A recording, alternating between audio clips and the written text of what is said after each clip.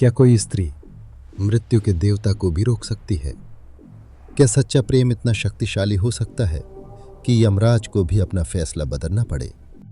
और आखिर कौन था वो रहस्यमयी साधु जिसने सावित्री को आने वाले विनाश की चेतावनी दी थी?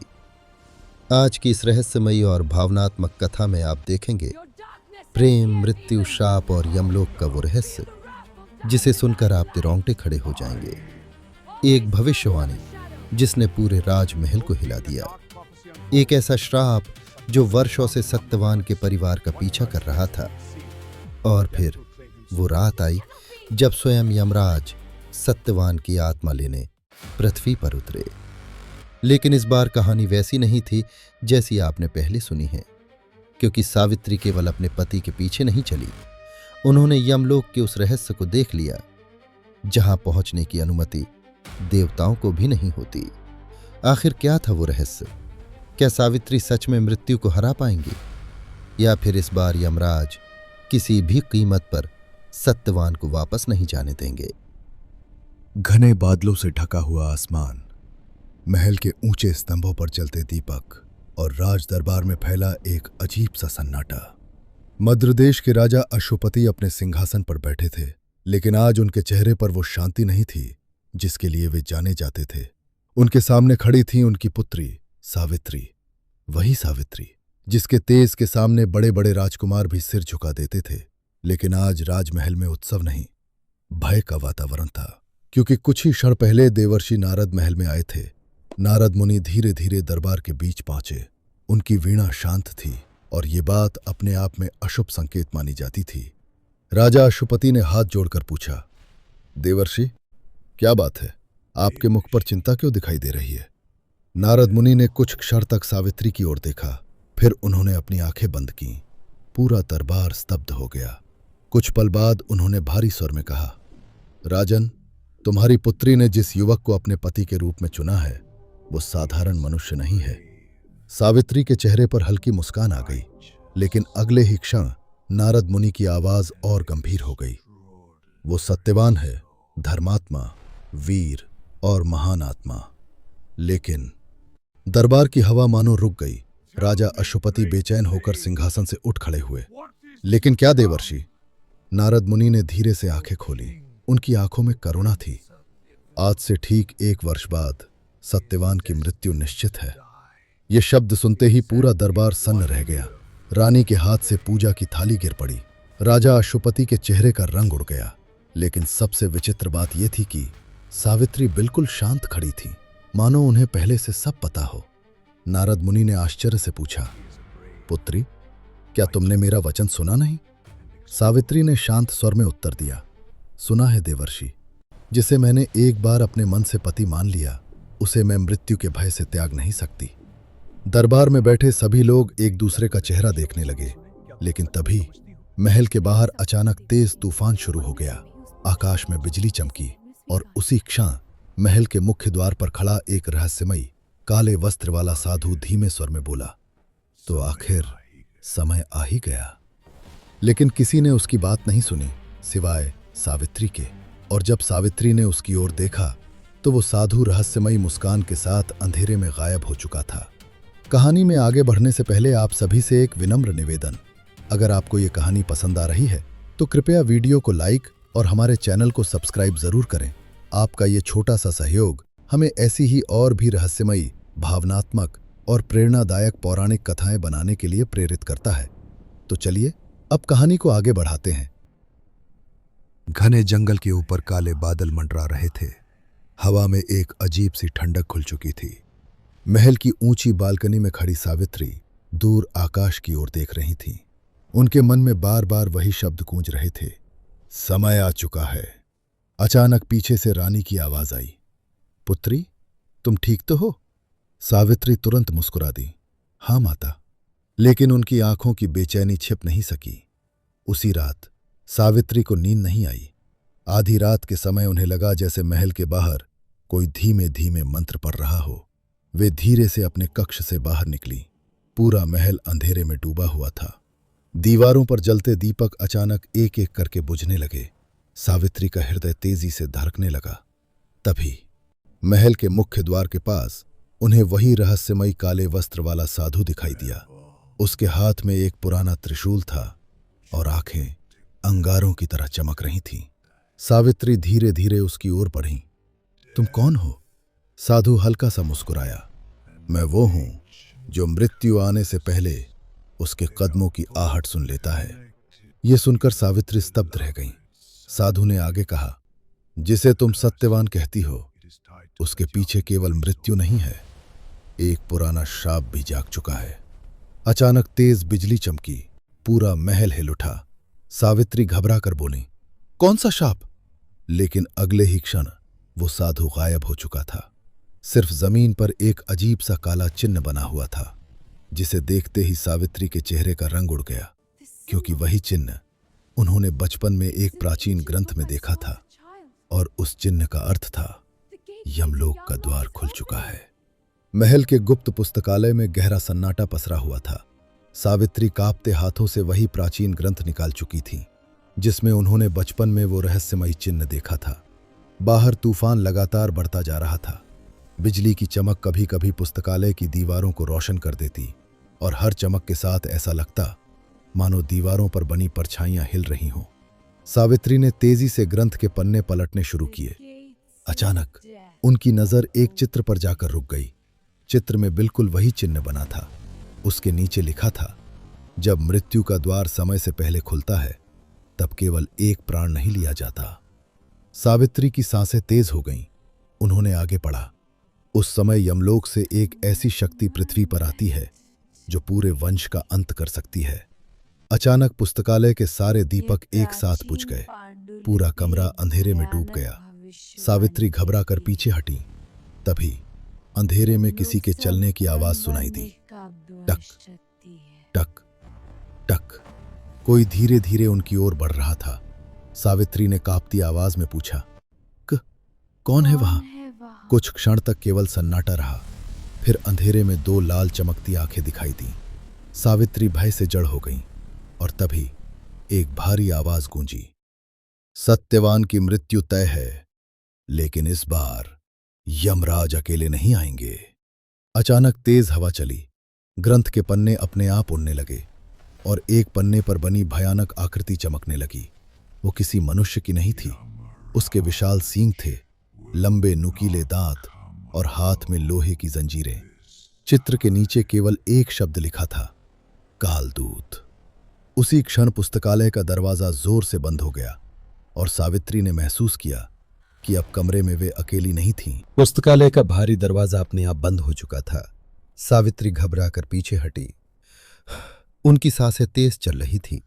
कमरे में अब केवल तूफान की आवाज गूंज रही थी और बीच बीच में बिजली की चमक। हर चमक के साथ दीवारों पर बनी परछाइयां और भी डरावनी दिखाई देने लगीं। सावित्री ने साहस जुटाकर सामने देखा, लेकिन वहां कोई नहीं था। न लाल आंखें, न वो रहस्यमयी आकृति। केवल खुला हुआ वही प्राचीन ग्रंथ पड़ा था। सावित्री धीरे धीरे उसके पास पहुंची। अचानक ग्रंथ का एक पन्ना अपने आप पलट गया। उस पर लिखा था, कालदूत केवल तब प्रकट होता है जब किसी आत्मा को समय से पहले यमलोक ले जाना हो। सावित्री का दिल जोर से धड़कने लगा। समय से पहले? उन्होंने मन ही मन दोहराया। तभी उन्हें अचानक सत्यवान की बात याद आई। कुछ दिनों पहले सत्यवान ने बताया था कि पिछले कई महीनों से उन्हें एक ही सपना बार बार दिखाई देता है, एक काला द्वार और उस द्वार के सामने खड़ा एक विशाल छायामय प्राणी। उस समय सावित्री ने उस बात पर अधिक ध्यान नहीं दिया था, लेकिन अब सब कुछ जुड़ता हुआ प्रतीत हो रहा था। तभी पुस्तकालय के बाहर से किसी के चीखने की आवाज आई, बचाओ बचाओ। सावित्री तेजी से बाहर की ओर दौड़ी। महल के सैनिक भयभीत होकर आकाश की ओर देख रहे थे। सावित्री ने ऊपर देखा और उनके पैरों तले जमीन खिसक गई।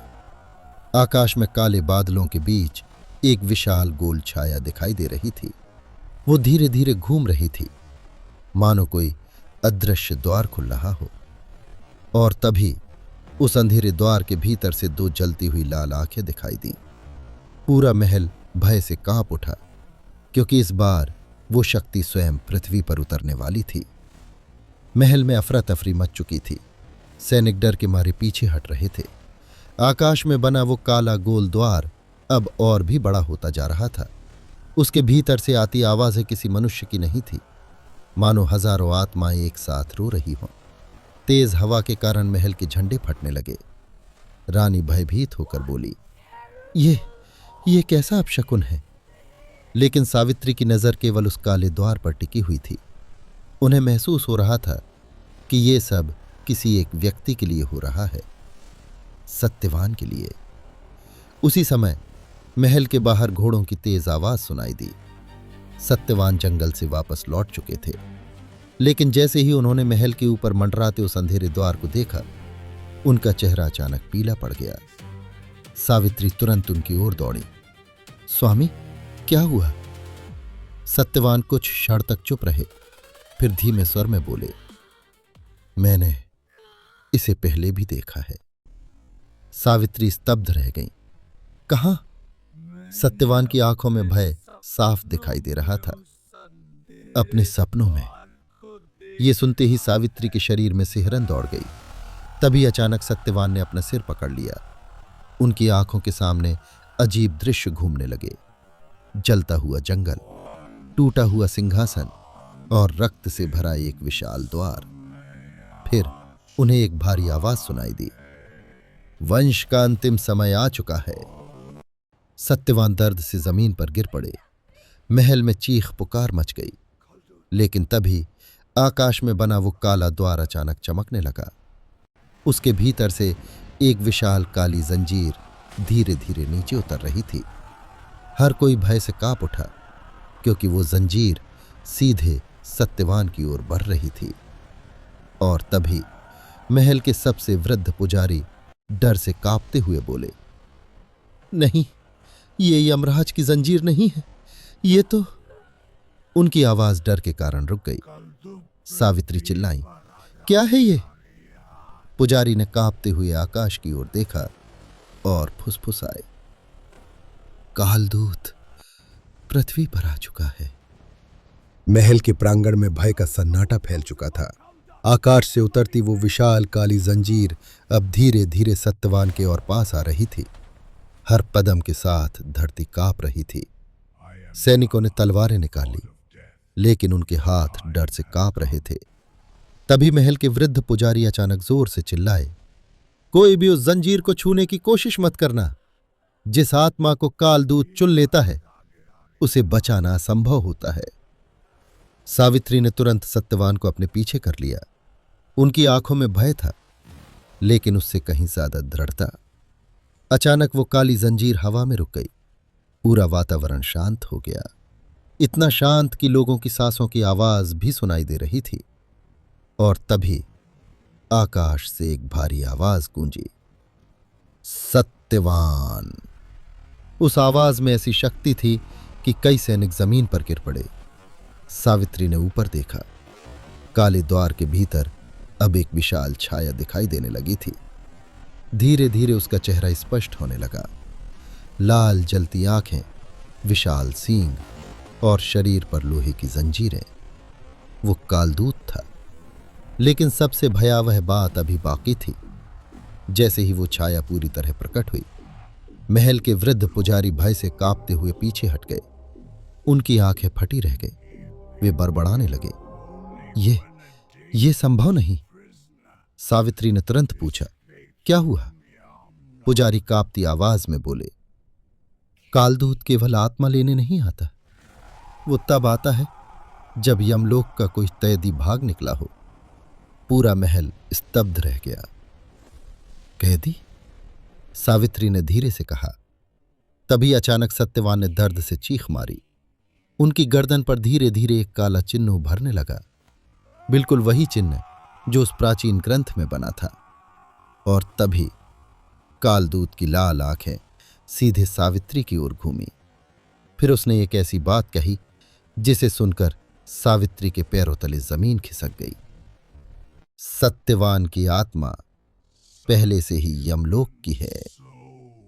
कालदूत के शब्द सुनते ही पूरा महल भय से कांप उठा। सत्यवान की आत्मा पहले से ही यमलोक की है। ये सुनकर सभी लोग स्तब्ध रह गए।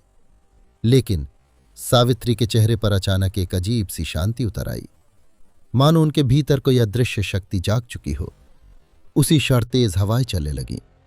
महल के दीपक अपने आप जल उठे।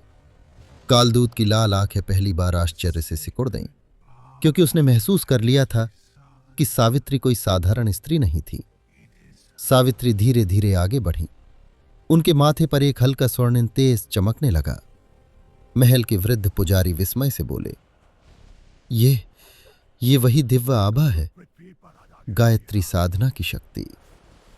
सैनिक आश्चर्य से एक दूसरे को देखने लगे। तभी रानी ने कांपती आवाज में पूछा, गायत्री साधना? वृद्ध पुजारी ने गहरी सांस ली। राजमाता, बचपन से ही सावित्री ने देवी गायत्री की कठोर उपासना की है।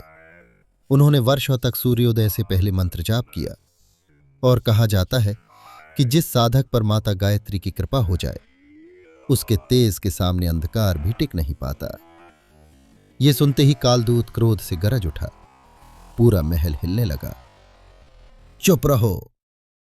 उसकी आवाज सुनकर कई सैनिक जमीन पर गिर पड़े, लेकिन सावित्री बिल्कुल शांत खड़ी रहीं। उन्होंने अपनी आंखें बंद की और धीमे स्वर में गायत्री मंत्र का जाप शुरू कर दिया। ओम भूर्भुवः स्वः। जैसे जैसे मंत्र की ध्वनि गूंजने लगी, महल में फैला अंधकार पीछे हटने लगा। आकाश में बना काला द्वार कांपने लगा। कालदूत पहली बार पीछे हट गया, लेकिन तभी उसने क्रोधित होकर अपनी विशाल जंजीर आकाश में घुमाई और अगले ही क्षण काले द्वार के भीतर से हजारों चीखों की आवाज आने लगी। सावित्री ने ऊपर देखा और उनका चेहरा भय से सख्त हो गया, क्योंकि उस द्वार के भीतर उन्हें सत्यवान दिखाई दिए। लेकिन वे अकेले नहीं थे। उनके पीछे कोई और खड़ा था, एक ऐसी छाया जिसकी आंखें बिल्कुल सावित्री जैसी थीं। कहानी में आगे बढ़ने से पहले आप सभी से एक विनम्र निवेदन। अगर आपको ये कहानी पसंद आ रही है तो कृपया वीडियो को लाइक और हमारे चैनल को सब्सक्राइब जरूर करें। आपका ये छोटा सा सहयोग हमें ऐसी ही और भी रहस्यमयी, भावनात्मक और प्रेरणादायक पौराणिक कथाएं बनाने के लिए प्रेरित करता है। तो चलिए अब कहानी को आगे बढ़ाते हैं। यमलोक का विशाल द्वार धीरे धीरे खुल रहा था। उसके भीतर घना अंधकार था और उसी अंधकार के बीच सत्यवान की आत्मा दिखाई दे रही थी। अब सत्यवान जीवित नहीं थे। उनका शरीर महल के प्रांगण में निश्चल पड़ा था, जबकि उनकी आत्मा धीरे धीरे यमलोक की ओर खींची चली जा रही थी। रानी रो रही थी, सैनिक भय से कांप रहे थे, लेकिन सावित्री अभी भी शांत खड़ी थी। उन्होंने एक बार अपने पति की आत्मा की ओर देखा, फिर धीरे धीरे अपनी आंखें बंद कर ली और गायत्री मंत्र का जाप शुरू किया। ओम भूर्भुवः स्वः। जैसे जैसे मंत्र की ध्वनि गूंजने लगी, उनके शरीर के चारों ओर स्वर्णिम प्रकाश फैलने लगा। कालदूत बेचैन हो उठा। उसने क्रोधित होकर कहा, रुक जाओ सावित्री, सत्यवान अब मर चुका है, उसकी आत्मा यमलोक की हो चुकी है। लेकिन सावित्री ने मंत्र जाप नहीं रोका। अचानक यमलोक के द्वार के भीतर भयानक दृश्य दिखाई देने लगे। जलती हुई नदियां, चीखती आत्माएं और अंधेरे में घूमती भयावह छायाएं। महल के सैनिक डरकर पीछे हट गए, लेकिन सावित्री शांत रहीं। कुछ क्षण बाद उन्होंने धीरे धीरे आंखें खोली। उनके चेहरे पर भय नहीं था, बल्कि एक दिव्य तेज चमक रहा था। उन्होंने शांत स्वर में कहा, ये सब केवल भ्रम है, अंधकार की माया। ये सुनते ही कालदूत की लाल आंखें फैल गईं। तुमने मेरी माया पहचान ली? सावित्री आगे बढ़ीं। उनके कदम बढ़ते ही अंधकार पीछे हटने लगा। जिस मन ने गायत्री माता की साधना की हो, उसे भय और भ्रम अधिक देर तक बांध नहीं सकते। तभी यमलोक के भीतर अचानक तेज स्वर्णिम प्रकाश फैला। सत्यवान की आत्मा उसी प्रकाश के बीच रुक गई और एक भारी लेकिन शांत आवाज गूंजी, अद्भुत। पूरा आकाश कांप उठा, क्योंकि इस बार स्वयं यमराज प्रकट हुए थे। लेकिन उनके चेहरे पर क्रोध नहीं, बल्कि सावित्री के तेज को देखकर गहरी उत्सुकता थी। यमलोक के भीतर गहरा अंधकार फैला हुआ था। चारों ओर अनगिनत आत्माएं मौन खड़ी थीं। बीच में सत्यवान की आत्मा स्वर्णिम प्रकाश में बंधी हुई थी और उसके सामने स्वयं यमराज। लेकिन आश्चर्य की बात यह थी कि एक जीवित मनुष्य होकर भी सावित्री बिना भय के यमलोक में खड़ी थीं।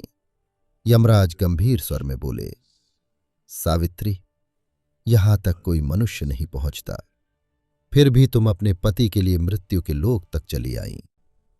सावित्री ने शांत स्वर में उत्तर दिया, जहां मेरे पति हैं वहीं मेरा धर्म है। पूरा यमलोक मौन हो गया।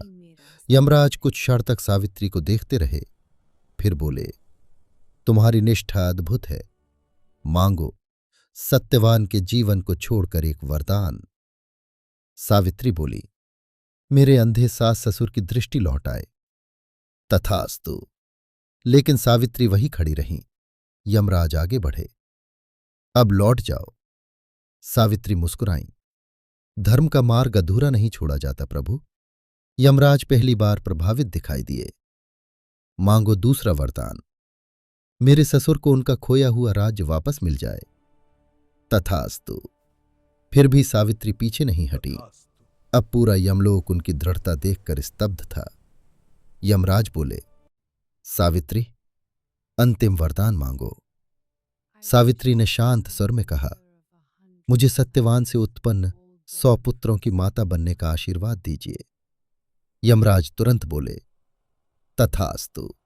लेकिन अगले ही क्षण पूरा यमलोक मौन हो गया, क्योंकि यमराज समझ चुके थे यदि सत्यवान जीवित नहीं रहेगा तो सावित्री 100 पुत्रों की माता कैसे बनेगी। कुछ क्षण बाद यमराज मुस्कुराए, सावित्री, आज तुम्हारी निष्ठा, बुद्धि और प्रेम ने मृत्यु को भी पराजित कर दिया। उन्होंने अपना कालपाश उठाया और सत्यवान की आत्मा प्रकाश बनकर पृथ्वी की ओर लौट गई। यमराज बोले, आज से युगों तक संसार तुम्हारे पतिव्रता धर्म को याद रखेगा। और उसी क्षण यमलोक का अंधकार स्वर्णिम प्रकाश में बदल गया। अगर वीडियो पसंद आई हो तो इसे लाइक जरूर करें, चैनल को सब्सक्राइब करें और कमेंट में जय श्री राम लिखना बिल्कुल मत भूलिए।